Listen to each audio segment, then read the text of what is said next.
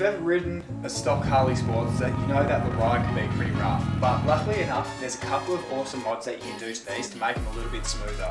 Today what I'm going to be doing, I'm going to be slapping one on here to see if it makes an improvement or not.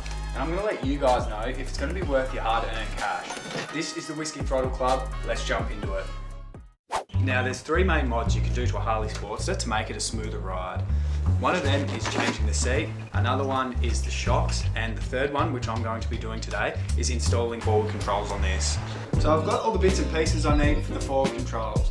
So all it is a matter of pulling the mid controls off and bolt these ones on.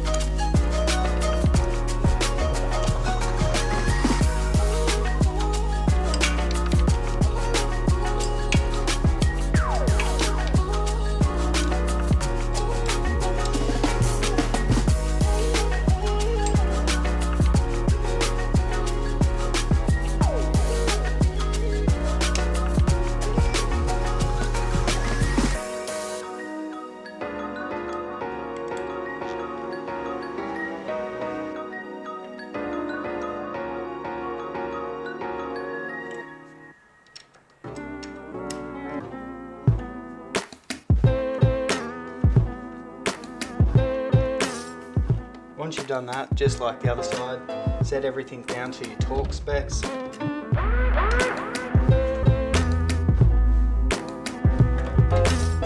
Make sure it all works, and then you can put everything back together.